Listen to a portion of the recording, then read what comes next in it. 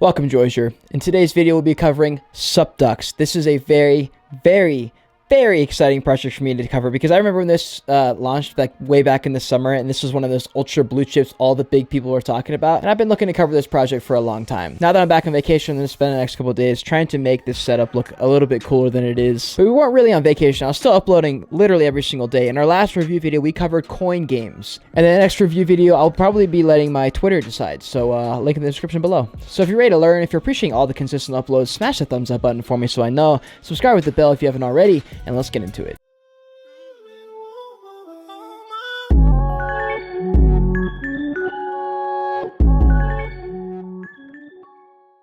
Yo, this is a cool hat, eh?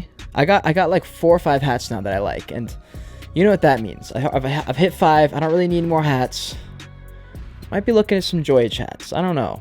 Probably not, but maybe. I don't know, you know? So here's SUPDUCKS OpenSea page. They've got 17.6 thousand Ethereum trades, a lot. 1.18 floor price, 3.3 thousand owners, and 10,000 items. Here's what they look like. Now, does this project remind you of anything just right off the bat? Because it reminds me of Doodles a little bit. I get a cartoon, fun, brand-focused vibe just from the art itself. So we're going to figure out more as we cover this project, but this is cool. I really like this art. As far as their activity, they're selling like hotcakes 24/7. There's people buying every single day, so that's a good sign. And if you go back to the beginning, July 17th, when they launched, they came out the floor of 0.3, 0.4, 0.2, 0.4, 0.7, and they got all the way up to like a 1.6.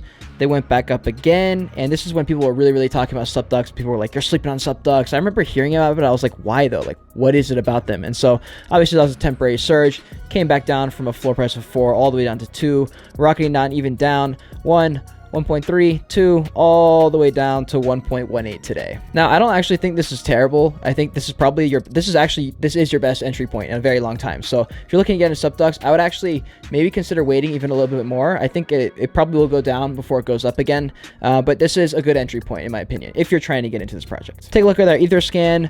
The highest percentage person is 3.8%, and then no whales, all good. Here's their Twitter page, 47.7 thousand followers. They repost, they take pictures, videos, all the shit. Great stuff. It's a very brand focused project. They have fucking merch. It's really cool stuff. This is one of those projects that I talk about in all the big projects that I cover that I say are doing well. They're focusing on brand first. You can tell after 10 seconds of scrolling on their Twitter that this is what their main focus is for their socials. Another interesting thing is that these NFTs have like clothes on them, and I don't know, if it makes it feel like they're more part of a group or fraternity than anything else, and that's actually really fucking important for cultivating community and NFT project. I'm not sure why I think this looks different. Like, for some reason, this hoodie, or maybe other projects don't have clothes or something. I don't know why this looks so weird to me. Their Instagram is pretty much apparel focused. That's probably smart because Instagram is becoming more of a marketing, selling, shopping platform, and so honestly, their clothes is pretty cool. I probably wouldn't personally wear this, but objectively it will do well. It kind of fits in sort of with hype culture style. So I popped in their Discord, went to the very beginning of their announcements and their FAQ, and it said, what does your roadmap look like? And it said, we actually believe in surprises. All we can say right now is we're cooking some good fun shit up. This is one of the very first projects to have done this. I remember when Elliot Trades talked about this project, and he said, this is actually cool. We like this. We like that they're not going to just come up with a random ass roadmap. And this was right when that turning point was happening, where people were like, you know what, maybe roadmaps are a little bit overrated. Let's check out their website. So this is their website. Reminds me of fucking like Family Guy-esque vibes, plus Doodles, plus like Disney maybe. I don't know, I'm not sure. Cartoons and shit. It's a good sign. It reminds me of some nostalgic shit, and it looks like this is probably going to turn to some sort of game world thing. It sort of reminds me of like Toontown and all these. I like it. It's really cool. I'm gonna get to the team at the end because I know a lot of people don't make it to the end of these videos, and I want to get to the content first. They have a YouTube channel with 66,000 subscribers. That's dope. They do these like all the time, all the fucking time. It's amazing. This is exactly what I say. How many times have I said in my videos, NFT projects need YouTube channels, and they need to have shows. They need to pay someone to actually run a real successful channel, and look what they did. And it's not a surprise that their fucking community, their brand, is doing so exceptionally well. People want to be in the SUPDUCKS gang. It's one of those projects where you're like, fuck yeah, I want to be in that project. It's a proud feeling. Not a lot of projects can generate that type of raw desire to be part of that project, and that comes from powerful branding like this. They do videos where they're being transparent, opening about how they're doing things, what they're thinking about. This is incredible. They're doing everything right from a branding perspective. And what other NFT project has a successful YouTube channel? Doge Pound. If we take a look at their token that they use for like staking and stuff, it's called the voltage price. And right now it is trading at 56 cents. And I think the highest it ever got, I think the highest I ever got was 190. So not bad. Just a casual 2x drop. King Frogs is like their companion project. This is what all the projects were doing back then. If you guys were here back in the summer, you remember Doge Pound did it, Space Punks did it, everybody did it, right? And it's one of those that was cool right when it happened because we didn't know any better, and now we're like, fuck, they don't really do much. So this is more for like the people who are really in the group and they're like, yo, I fuck with this project. I don't even care about the money. I just want to be holding one of these, and that's where these kind of things come in handy. And these are also important for branding. So if you guys notice, about once a week or twice a week in my channel, I make a video that's not quite focused on only NFTs, it's more focused on me, and that's because I want to sprinkle in some personal branding in there, and that's what they did here very well. So this is good for all the real supporters, but most of the companion projects are useless as far as like a flipper standpoint. So I found a Medium article about King Frog and just some of the things about SUPDUCKS in general. They have this like weird system of kind of like the ecosystem that I've been talking about in the past few weeks as well, with like the utility tokens, the ecosystems like BioPills, Wolf Game, Fox Game, like all those projects, Ugaverse, where they have different utility for different NFTs that give each other value in its own ecosystem. Instead of this thing where the King Frogs have to ingest a snack and you can get the animated GIF, which you guys know I'm a huge fan of GIFs, and I think they'll be huge, and I think they're necessary for your project. You need to make your PNGs also GIFs. I don't care what you do, it needs to happen for all projects. And the rest of the stuff about like specifics, it doesn't really matter unless you're really just trying to make a quick small buck, and it's really not worth it. These small details aren't things you need to worry about. Now this part's cool. So it says, after your duck licks a toad, they'll trip and trip hard.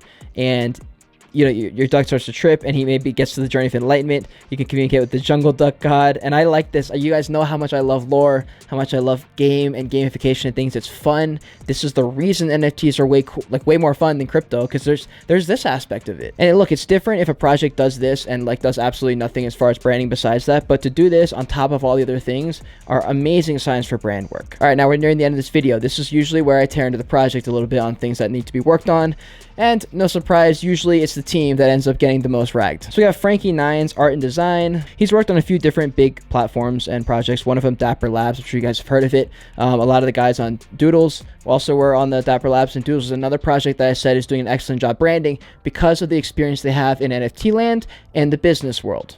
These are really fucking important things, especially after my interview with Bungee's CEO, Greg Norman. I realized, damn, you need to be a certain caliber of person to be able to run an NFT project. This is a full-ass fucking business here. So it's really important that there are people, at least somewhere on the team, that can, you know, keep her head screwed on tight when shit hits the fan, you know? But yeah, 11.4 thousand followers. He's one of the only guys in the team that's actually active. He still could do a little bit more, but you know, not bad from his side. We got Stronk Wonk Execution. So it says here, founder of Real SUPDUCKS, and he's somewhat active. You know, he could be doing a lot more, to be honest. It's really not that good. I don't know. For me, like, if you're gonna have socials and you're gonna put brand work in, you have to follow up with the team because it's just important, right? So I'm gonna reach out again. This is for anyone on the team. If you're a SUPDUCK person or you know someone in the SUPDUCKS and you want to set up an interview, you guys know I've done it with Doodles, I've done it with Bungie Project, I just did it with Coin Games, I just did it with Feudals NFT. I'm looking to bring to light who these people are on these teams and talk about it and get people in the project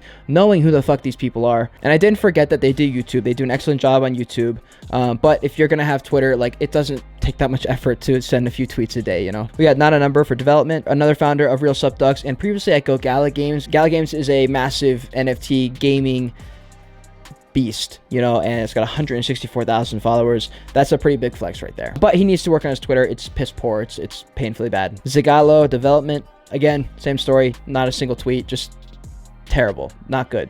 You need to do more. It takes 2 seconds. It really doesn't take effort. Good morning, good night, what's up, what are you guys doing this weekend? Like, simple stuff, really simple stuff. And lastly, we have 100x Lewis for graphics engine, another founder of Real SUPDUCKS, and he is another person that's active on the Twitter game. He could be doing more, a lot of resharing, retweeting. I think this is a word of advice for anyone on NFT Twitter or just in general online.